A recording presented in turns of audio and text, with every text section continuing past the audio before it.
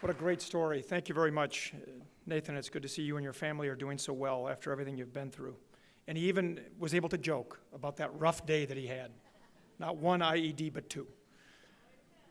Well, please join me now in welcoming to the stage author, advisor, and policy analyst, Dr. Stephen Biddle. Dr. Biddle is the author of Military Power, Explaining Victory and Defeat in Modern Battle. In a variety of capacities, he's made a combined 12 trips to Iraq and Afghanistan for in-theater ground situation analysis and was awarded the U.S. Army Superior Civilian Service Medal in 2003 and again in 2006. He was presented with the U.S. Army Commander's Award for Public Service in Baghdad in 2007. Dr. Biddle is professor of political science and international affairs at George Washington University and adjunct senior fellow for defense policy at the Council on Foreign Relations. Now, at the conclusion of Dr. Biddle's address, there will be a short question and answer session, and we encourage you to write down questions you may think of while he is speaking. There will be note cards provided at your tables so that you can do that, and someone will come around and pick those up. Now, without any further ado, please welcome to the stage Dr. Stephen Biddle.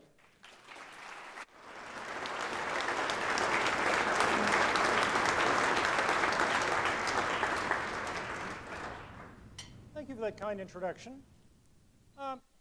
This is really an extremely impressive organization, I must say, and it's an honor to be here, and it's a privilege to be able to take part in this.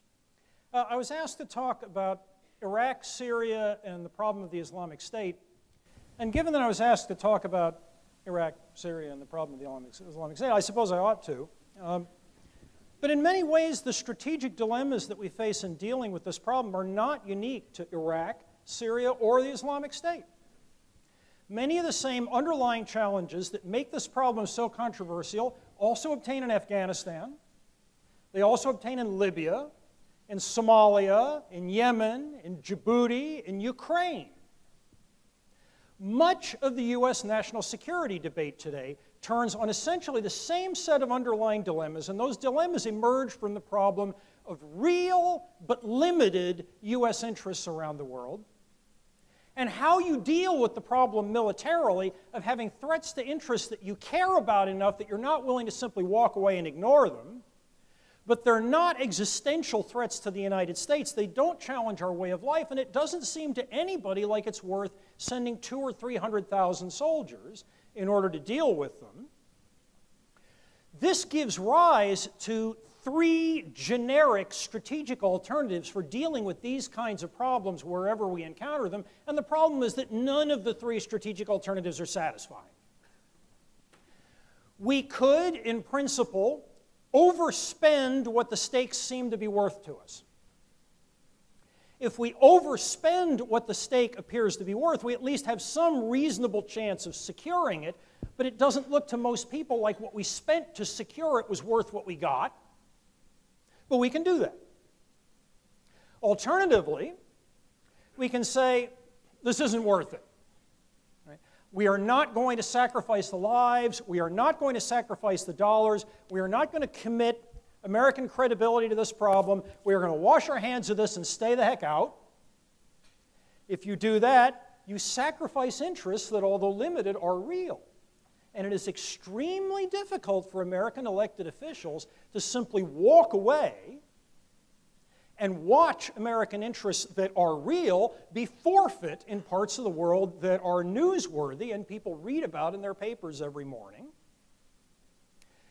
That leads us to the third option, the middle ground. Try and find some reasonable, meaningful, but limited military means to pursue political interests that are real but limited, such that the benefits and the costs seem somehow or another commensurate.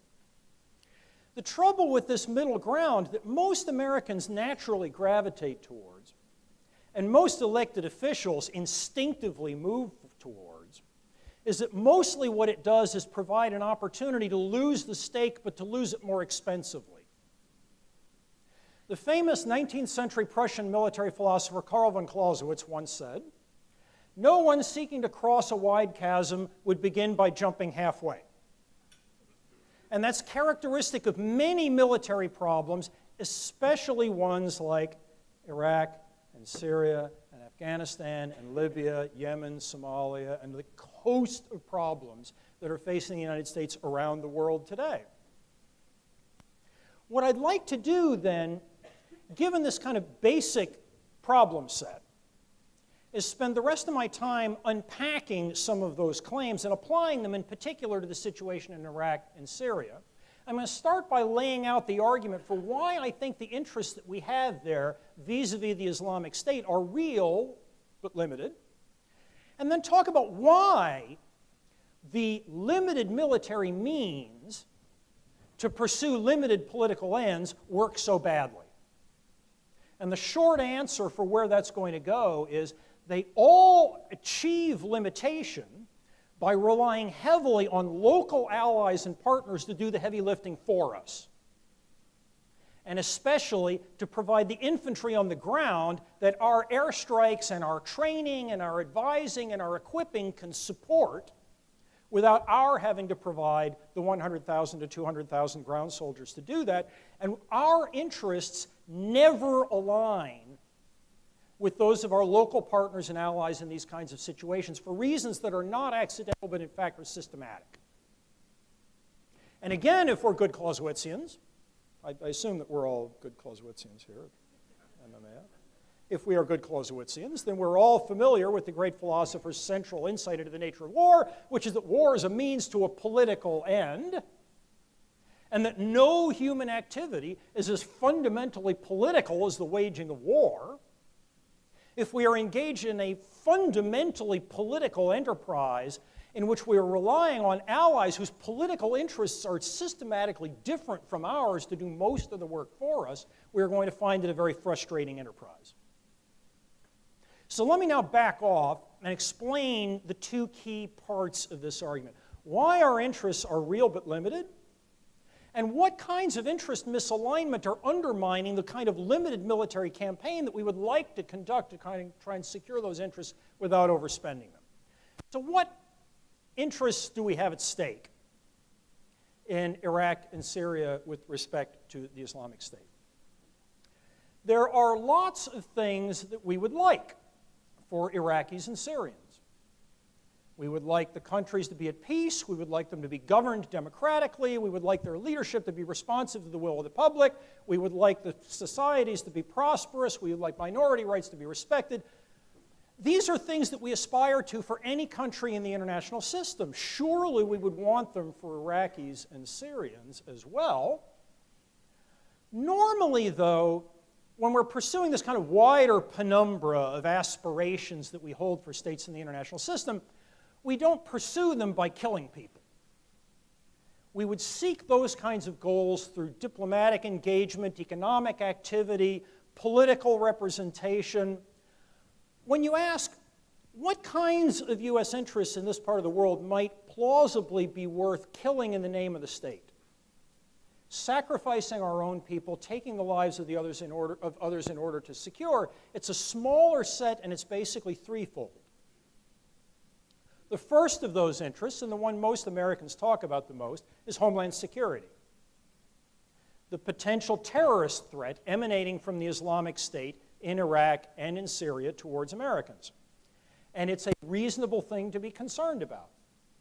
The Islamic State has many foreign fighters who hold passports from Western nations, including the United States, and it's widely believed that these foreign fighters may have an easier time than other potential militants and terrorists in penetrating homeland border security and re-entering these societies to engage in terrorist acts.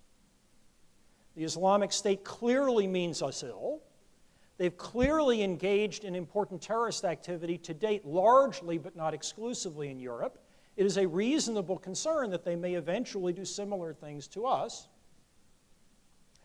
It is not, however, an existential threat to the American way of life. If we look at this empirically, the single worst year in American history for the loss of American lives and property in international terrorists was, of course, 2001. Even in 2001, more people died of peptic ulcers than died in the 9/11 attacks. Since 2001, 45 Americans have been killed by international terrorists. Statistically speaking, the probability that anyone in this room will be killed by an international terrorist is lower than the probability that we will be struck by lightning. This does not mean that we should ignore terrorism. And it certainly doesn't mean that it isn't an important problem for U.S. national military strategy and for the United States' political leadership. Part of the reason the morbidity and mortality associated with terrorism for Americans since 2001 has been so low is because we do so much to try and counter the threat. Clearly, at a minimum, terrorism is a massive and important political management problem for any American presidential administration on whose term it occurs. It can't be ignored, but it's not a threat to our way of life unless we choose to make it so by the way we respond to it. There's very little evidence that terrorists like the Islamic State or other organizations are capable of being a statistically consequential contributor to morbidity and mortality in America. The terrorism threat is real, but it's limited. So what about the second of these three real but limited U.S. interests in Iraq and Syria with respect to the Islamic State? And that's humanitarian. The single worst humanitarian crisis on the planet today is in Syria. Well over 250,000 people have been killed in the civil war that's being fought there. 4 million Syrians have left the country and are now international refugees. 7 million Syrians have become internally displaced persons forced from their homes within Syria. Something like half the entire population of the country has been forced from their homes and their lives by this war. Moreover, it could easily get a lot worse. Wars of the kind that we see in Iraq and Syria have a demonstrated statistical tendency to spread across their borders.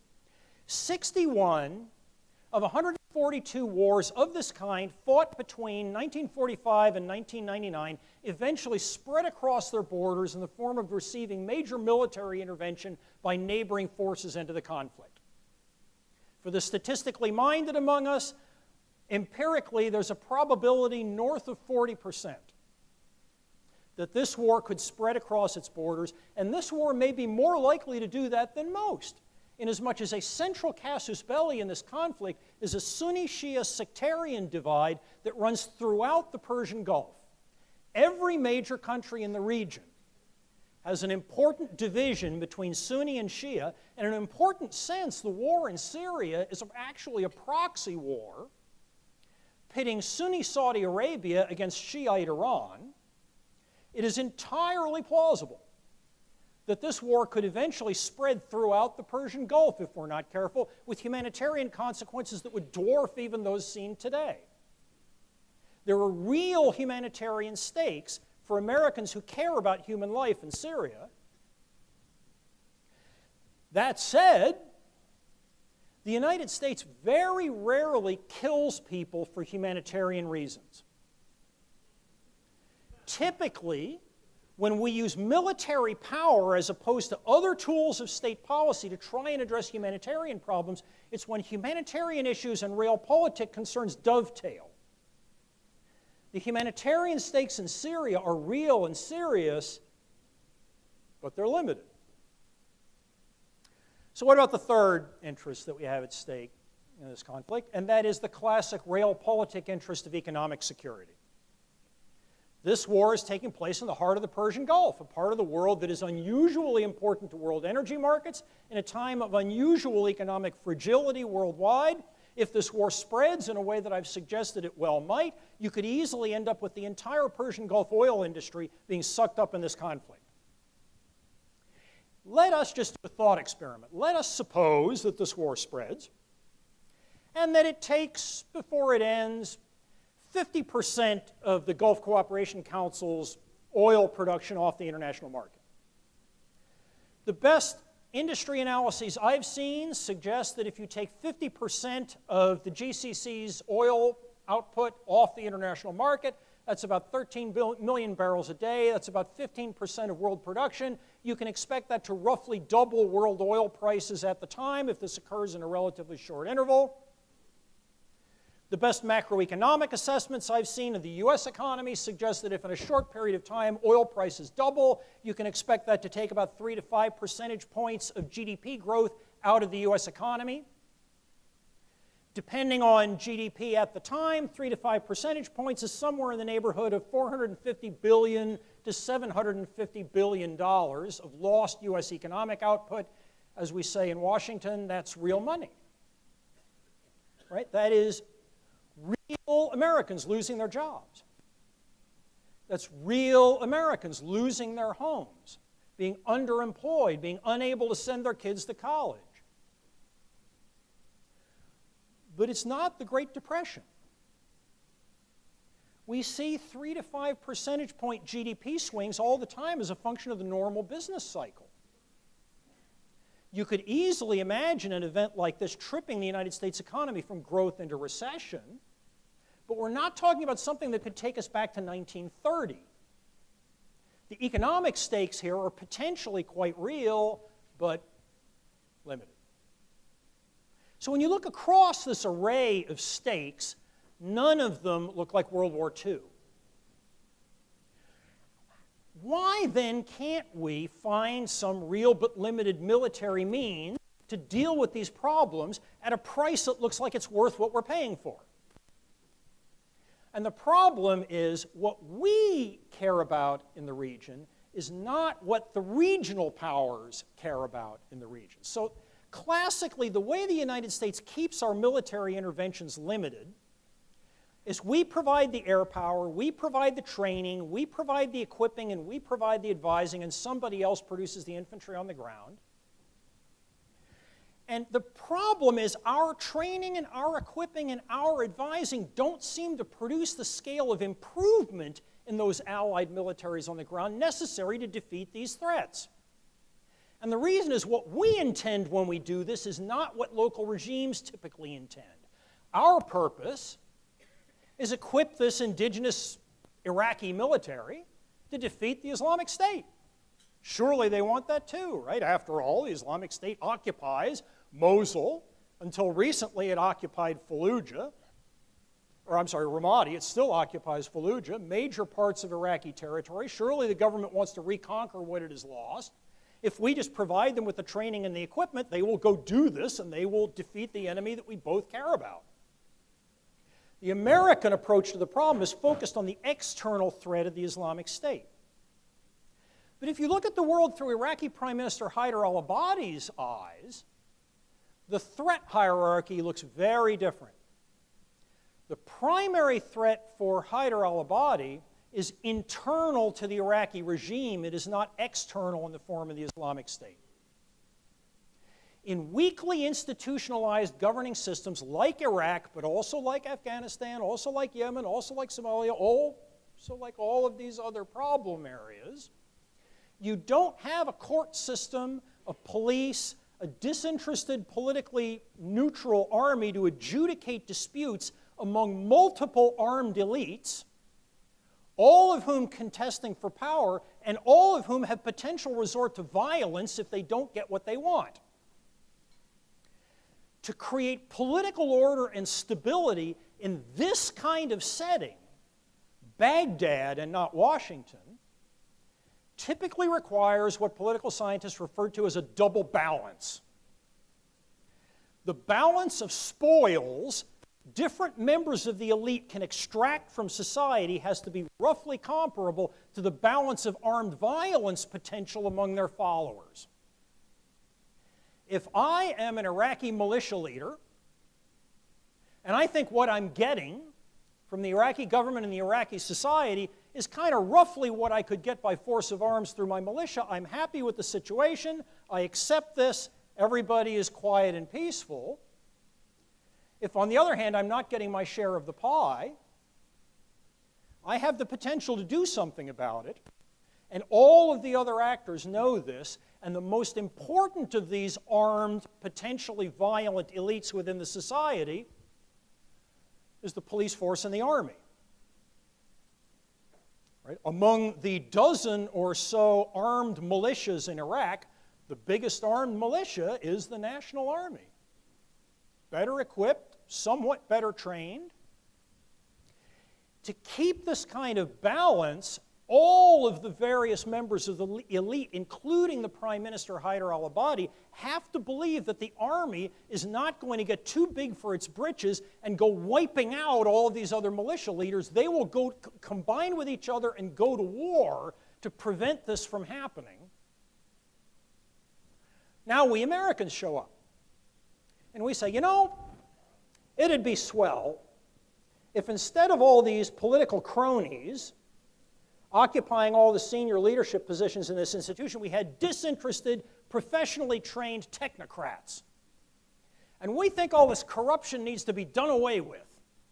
And we need to get rid of all these conflicting lines of command. And what that looks like to Haider al-Abadi and to the other leadership elements within the regime is, I trust those officers because I'm married to their son-in-law, their daughter-in-law, and they were with me in exile in Iran 20 years ago, and the reason I'm confident that they're not going to kill me is because I know these guys. Now, you Americans want to promote somebody I don't know, somebody I don't trust, who's probably a Trojan horse for you guys, and put him in charge of brigades worth of combat power? Are you out of your minds? Corruption is one of the central devices by which regimes in these kinds of situations create the loyalty of the military that they depend upon. They deliberately look the other way and allow resources to be diverted into the pockets of key leadership elites. And this is not just a product of horrible moral failings on the part of apparently degenerate people in Iraq. This is a perfectly rational response to an under-institutionalized setting in which recourse to political violence is always open to anybody with a militia. When we decide to professionalize this organization, what it looks like not just to the Prime Minister, but to every other militia leader in the country, is the creation of a dangerous agent that is uncontrollable and is capable of going on the warpath for its own purposes in a way that destabilizes the balance and risks everybody's lives.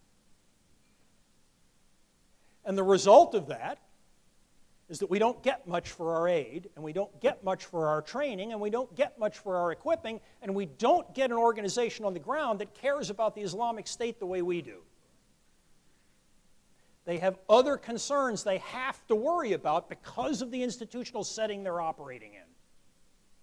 And that means that limited military means of this kind typically don't produce blitzkriegs that wipe out the Islamic State, pull down the black flag over the Islamic State capital in Raqqa, and end these wars. What we end up with are long, grinding stalemates in which allies in which we have invested heavily prove unable to do militarily as much as we hope and believe they will do. So what then do we do about all this? I think, unfortunately, this is a dilemma in the true sense of the word. There isn't some magic solution, some great option that some professor can tell you about standing up here on the stage that will overcome these problems. The Obama administration in Iraq and in Syria tried very hard to avoid the middle option that they are now stuck with. 3,500 troops, airstrikes, aid, training and advising in a grinding war that's moving in slow motion. And they couldn't stay out. They did everything possible to take the low option, wash their hands of this, saying we're going to stay out of this problem altogether. And here we are, 3,500 troops, airstrikes, training, advising, and equipping, and a very slow-moving war and gradual escalation by mission creep. And unfortunately, I think this is what we're going to see in this country for quite some years to come now. Statistically speaking, civil wars of the kind we see in Syria, on average, last about 7 to 10 years before they burn themselves out. A minority, non-trivial, about a fourth, last as long as 20. Statistically speaking, probably this war is going to grind on for another 3 to 5 years or more. And my strong hunch is that we're going to be looking at gradual, incremental escalation for a long time. Because although lots of people are dissatisfied with what they see and unhappy with what's going on, nobody in the American political system right now is willing to spend the money, make the sacrifices, pursue the investment required to actually solve the problem and realize unambiguously those three interests I cited, because to do that would probably require well in excess of 100,000 American soldiers on the ground in this country. If you just look at American military doctrine for counterinsurgency and stabilization, the famous Field Manual 3-24, it suggests that were we to successfully pull down the black flag over Raqqa and conquer the Islamic State, to stabilize what would come after would require 20 trained counterinsurgents for every 1,000 members of the population. If you just do the math, and you work out what would that require just for the part of Iraq and Syria that the Islamic State now owns, much less the rest of it, you end up with a bill in excess of 100,000 Americans. John McCain is not advocating 100,000 Americans for Iraq.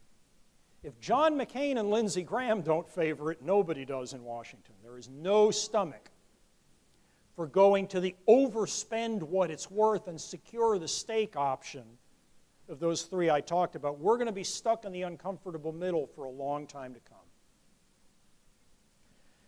On that happy note, how about if we go to Q&A and take the conversation where you guys would like it to go rather than where I think it should.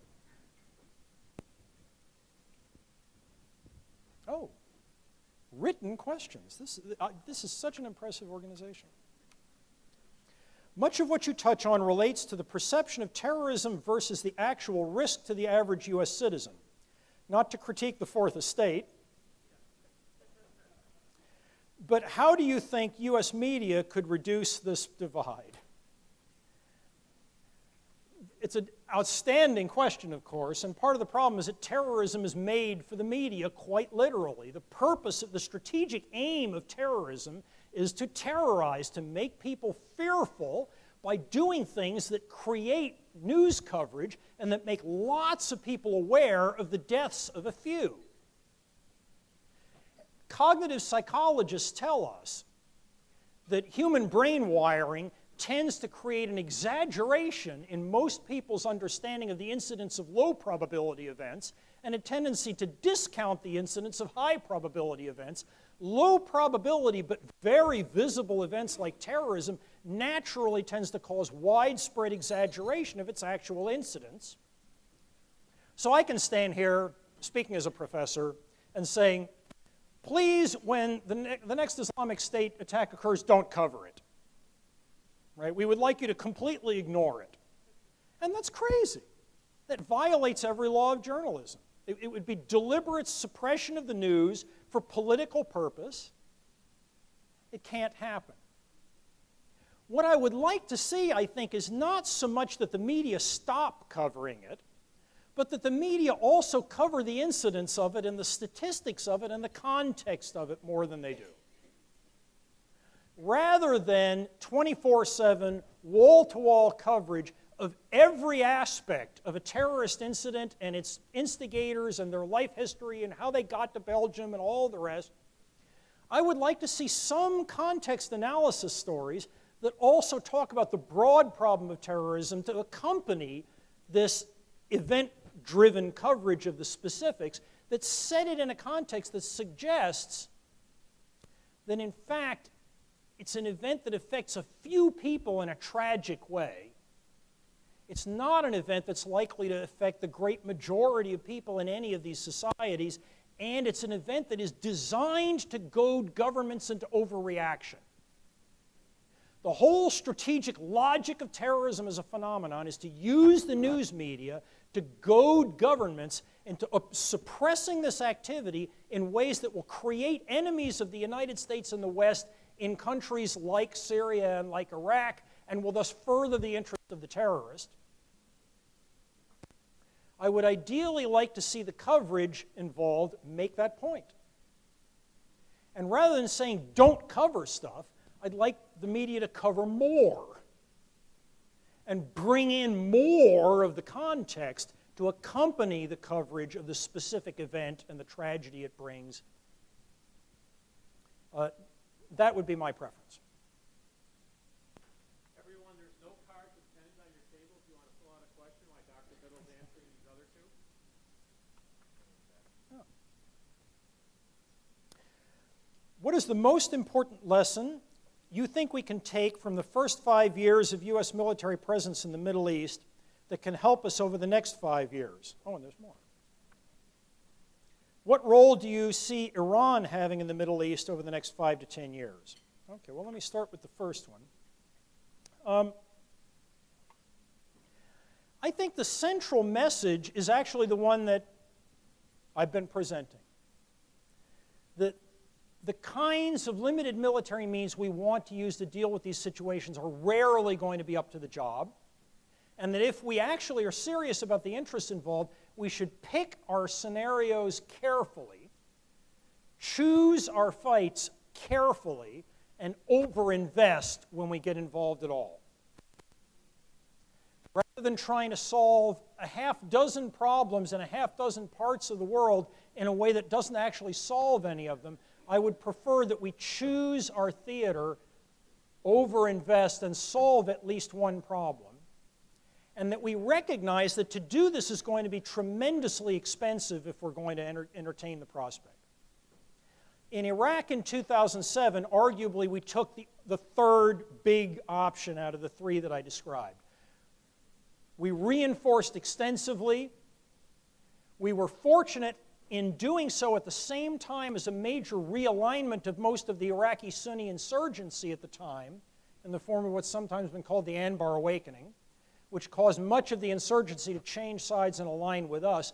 The combination of a very large U.S. reinforcement, a change in U.S. doctrine, and some very good luck in the form of the Anbar Awakening brought the violence way down and gave us an opportunity in Iraq to secure the interests that we had in that fight at that time. But it was an extremely expensive undertaking and involved a tremendous amount of sacrifice. But the sacrifice, at least potentially at the time, wasn't wasted because we did enough of it to realize the interests that were the point of the enterprise. And the lesson I would draw primarily from all of this is underinvesting is worse than staying all the way out. And if we're going to get in, we need to get in with enough resources to make it worth the sacrifice that we're asking of our people in uniform when we engage in these kinds of activities. Now, with respect to Iran,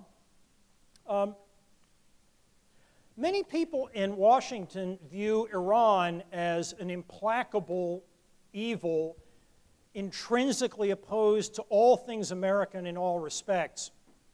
And I don't. I think Iran's interests are misaligned with ours more severely than anyone else in the region. But that doesn't mean that we have no interests in common with the Iranians. In fact, neither the United States nor Iran wants chaos and anarchy in Iraq. Iraq is right on their border, for heaven's sakes. Iraq is a Shiite majority state that they see important cultural and religious links to. Iran's preferred government in Iraq is not ours. They do not want a pluralist liberal democracy in Baghdad that could side with Americans and not with Iranians. Our preferred outcome and their preferred outcome are not the same. Our worst case and their worst case are basically about the same. And in between that shared worst case and that different best case are a collection of in-between outcomes that in principle we and the Iranians could both live with, if we were able to interact with them meaningfully in some sort of constructive diplomatic process.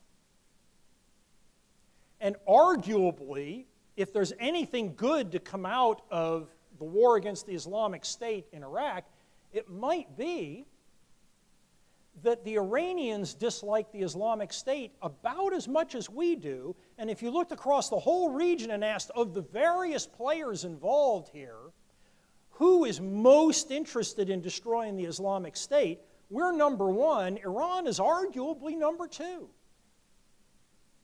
If we can find a way to work with them, there's enough, albeit limited, common ground between ourselves and the Iranians that we ought to be able to manufacture some kind of rough and ready modus vivendi so that at least we and they avoid our worst case in Iraq.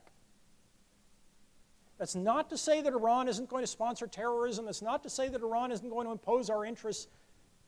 All those things are true. But it doesn't necessarily mean that we can't work with them at all to pursue joint interests where they exist, and in fact they exist in Iraq. You appear to have more cards.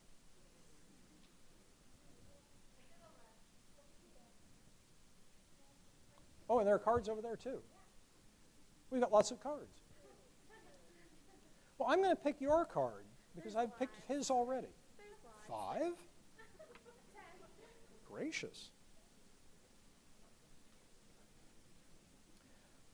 The U.S. does seem only focused on the terroristic operational capabilities of organizations like the Islamic State. In fact, in alignment with the theory of competitive control, these organizations are providing basic public services to the civilian population, building their support. Why doesn't the U.S. strategy focus on this aspect of the Islamic State's strength? And any question that talks about social science theory, I think, is a great question. I like it anyway. In my line of work, the cliche is, yes, that's all very well in practice, but how does it work in theory?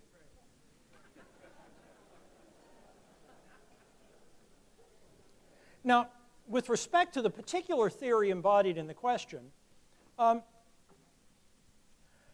the Islamic State is actually having a very hard time creating a governance model that can produce this scale of buy-in.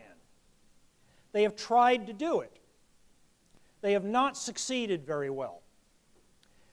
As far as we can tell, based on the economic analyses available to us, it appears that the Islamic State is running a net negative cash flow every month in their operations and the conduct of their war. There is significant evidence coming out of the territory they control that large fractions of the population in those areas want out and seek to get out from under Islamic State governance. They do not appear to have a governing model that can create enough voluntary buy-in from members of the society to produce the kind of economic activity that can generate growth and enable them to fund the war effort that they're conducting. We believe, on the basis of evidence available to us, that the Islamic State has recently cut the salaries of its fighters by as much as 50%. Part of the reason that our offensive, slow-moving and glacial as it's been, has been retaking ground is because the Islamic State is subject to economic contraction that's gradually reducing their ability to maintain a war effort.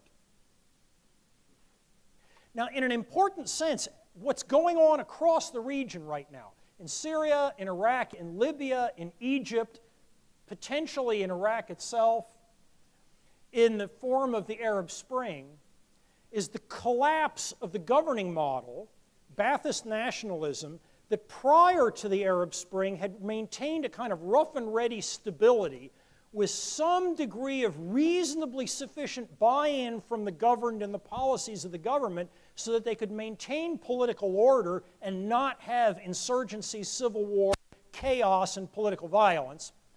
The old Ba'athist model is dead and done. It's broken, it's widely viewed as illegitimate, it's collapsed everywhere it was in practice, and no viable governing model has arisen yet to replace it. The Islamic State thought they had one. Government, according to the Quran or their interpretation of it, waged or managed by a theocracy, pursuing a system of government not monumentally different from the one the Taliban implemented in Kabul prior to 2001.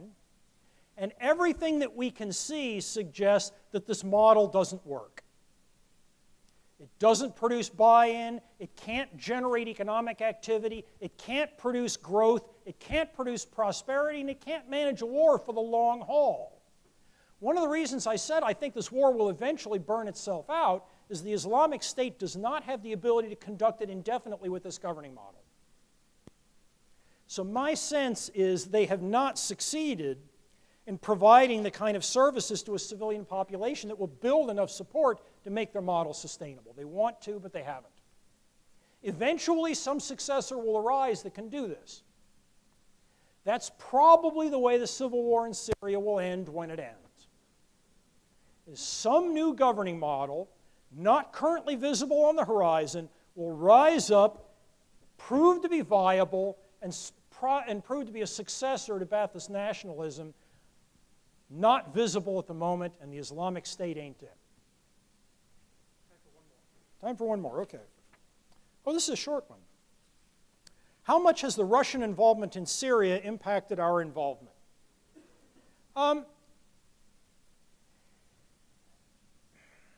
In an ironic way, somewhat, but not as much as many people thought it would. So, why did Vladimir Putin get involved in Syria? The president famously thought this was a major screw-up on Vlad's part. Right, the White House basically said, welcome to the quagmire, Vlad. We can't find a way out, you won't either, it's going to work out badly for you, and it'll drain your coffers, bad move on your part. Probably the reason he did it was Russia doesn't have all that many allies in the world. The United States has lots and lots of allies, some of whom we're not sure we like all that much, but we have lots of allies. Russia only has a handful, and Assad has been one of them. And when Russia intervened, it was beginning to look very much like the Assad government was on the ropes and was in danger of falling to a variety of anti-government insurgent and militia groups, some of whom were Islamist militants, other of whom were not. Russia decided it could not tolerate this. It intervened not so much to reconquer Syria for Assad, but to prevent Assad from falling and humiliating Russia by taking one of its few allies in the world and wiping them out. And they achieved that limited goal, and now they'd like to declare victory and withdraw. And they're having a heck of a time doing it. By all outward appearances, Putin would very much like his pal Assad to negotiate a departure, say sayonara, exit stage left, and hand the Syrian government off to other Alawites, but not Assad, in a way that would facilitate a negotiated settlement that would end the war with some sort of power-sharing deal. And Assad, oddly enough, isn't interested in this agenda. And so when Vlad says, I really need you to do this, Assad says, and the result of this a couple of weeks ago was Putin finally said, all right, we're out of here. Fend for yourself, Assad. And he announced that Russians were withdrawing from Syria. And that was probably intended as coercive leverage to get Assad to accept the power-sharing negotiated settlement, and Assad didn't accept a negotiated power-sharing agreement.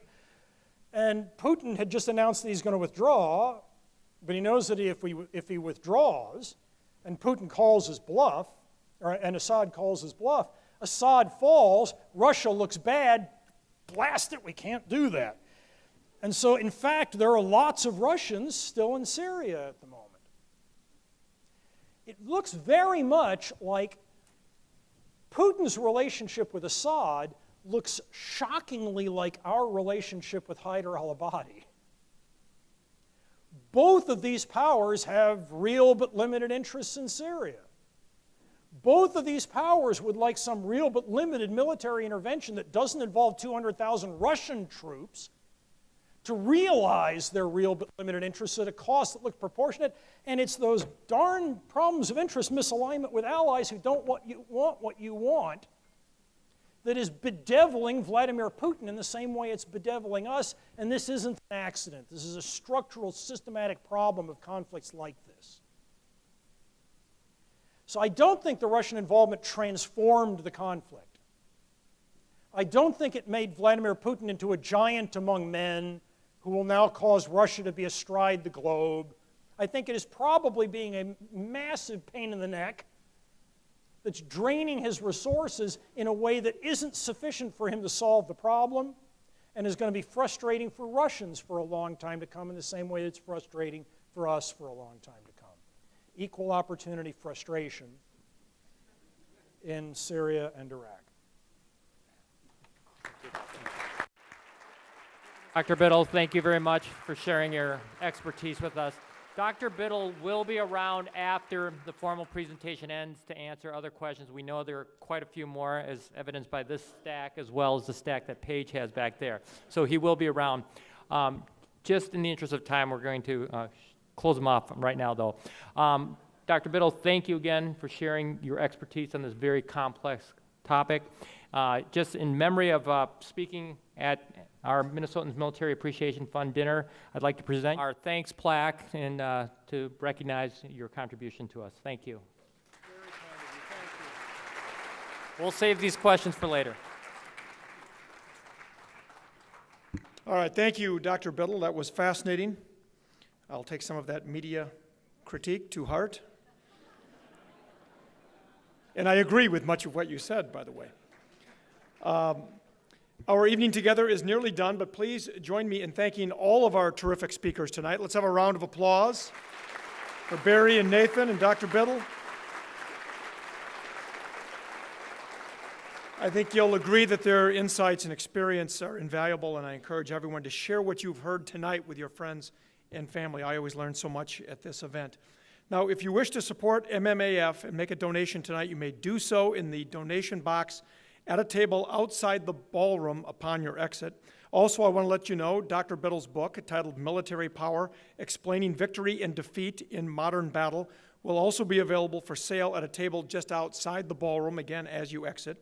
And I want you to please note, SIT Investment Associates has underwritten this entire event to ensure that every dollar raised here tonight, and I mean every dollar, goes back to the military and their families. Let's have a round of applause for SIT Investments. By being here tonight, you have helped thank Minnesota troops to the tune of nearly $500,000. Give yourselves a big round of applause for your contributions tonight. Again, that completes our evening. However, I would like you to stick around just for a moment. If you would please stand as our color guard retires the flag, and then please remain standing for the final song, God Bless America, which will be played by the North Star Brass Quintet of the 34th Infantry Division Band.